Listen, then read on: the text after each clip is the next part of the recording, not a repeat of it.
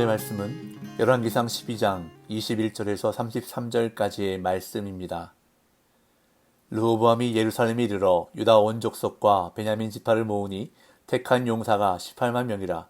이스라엘 족속과 싸워 나라를 회복하여 솔로몬의 아들 르호보암에게 돌리려 하더니 하나님의 말씀이 하나님의 사람 스마야에게 임하여 이르시되, 솔로몬의 아들 유다 왕 르호보암과 유다와 베냐민 온 족속과 또 그 남은 백성에게 말하여 이르기를, 여호와의 말씀이 너희는 올라가지 말라.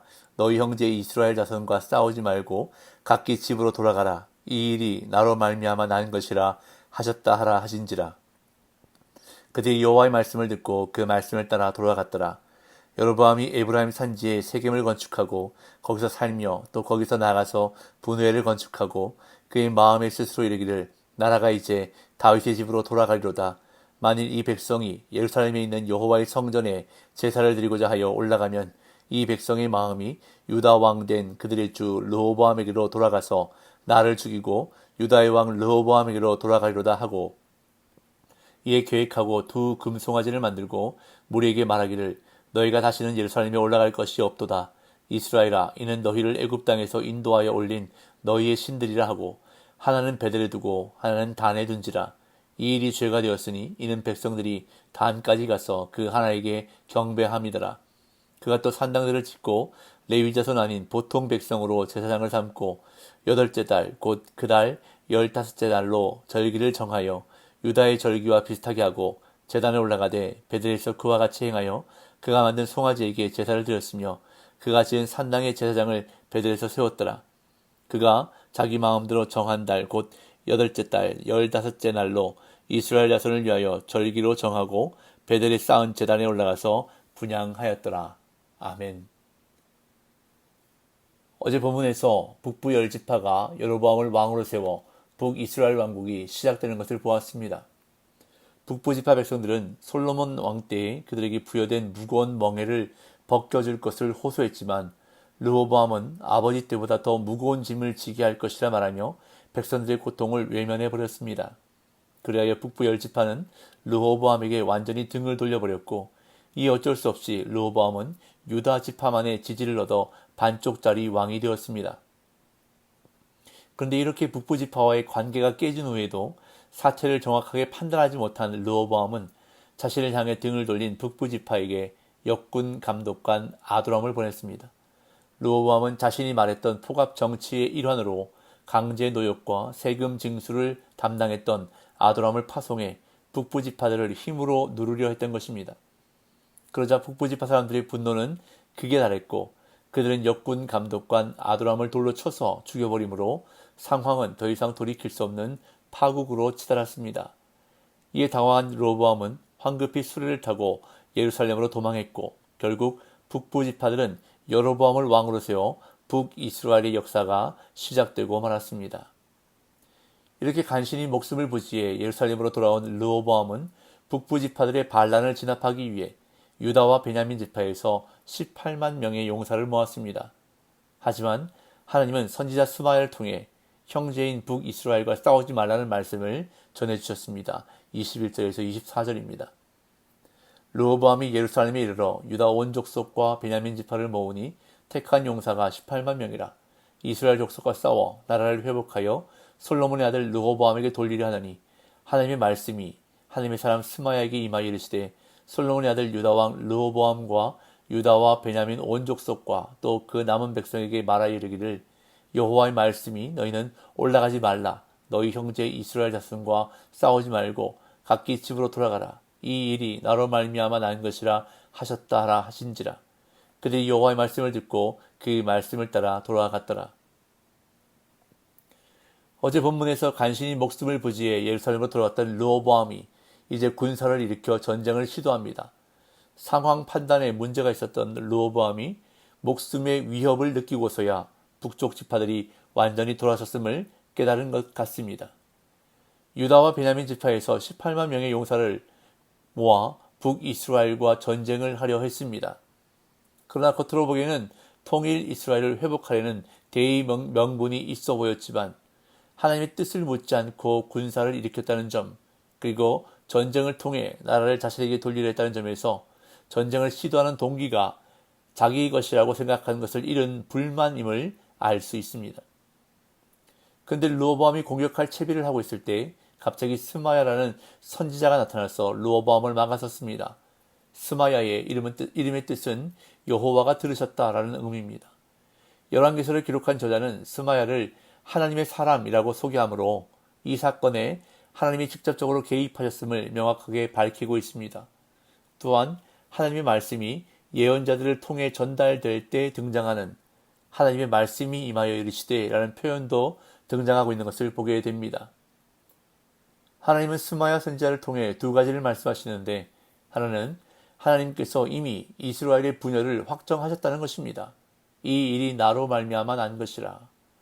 그러면서 하나님이 르호보암을 가리켜 이스라엘의 왕이라고 하시지 않고 유다 왕 르호보암이라고 말씀하시는 것을 볼 수 있습니다. 그리고 또 하나는 그로 인한 전쟁을 하나님이 원하지 않으신다는 것입니다.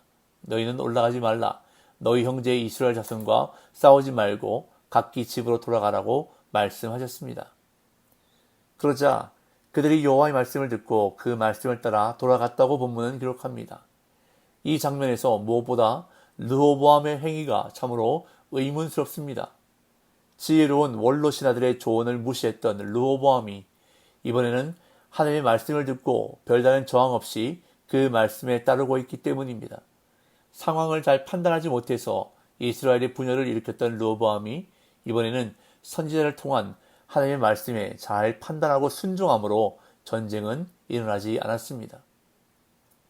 이 본문은 북이스라엘의 왕이 된 여로보암에게 시선을 돌립니다.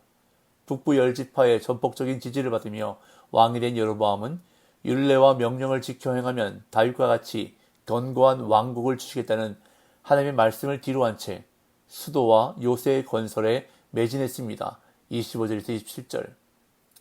여로보암이 에브라임 산지에 세겜을 건축하고 거기서 살며 또 거기서 나가서 분회를 건축하고 그의 마음에 스스로 이르기를 나라가 이제 다윗의 집으로 돌아가리로다. 만일 이 백성이 예루살렘에 있는 여호와의 성전에 제사를 드리고자 하여 올라가면 이 백성의 마음이 유다 왕 된 그들의 주 르호보암에게로 돌아가서 나를 죽이고 유다의 왕 르호보암에게로 돌아가리로다 하고.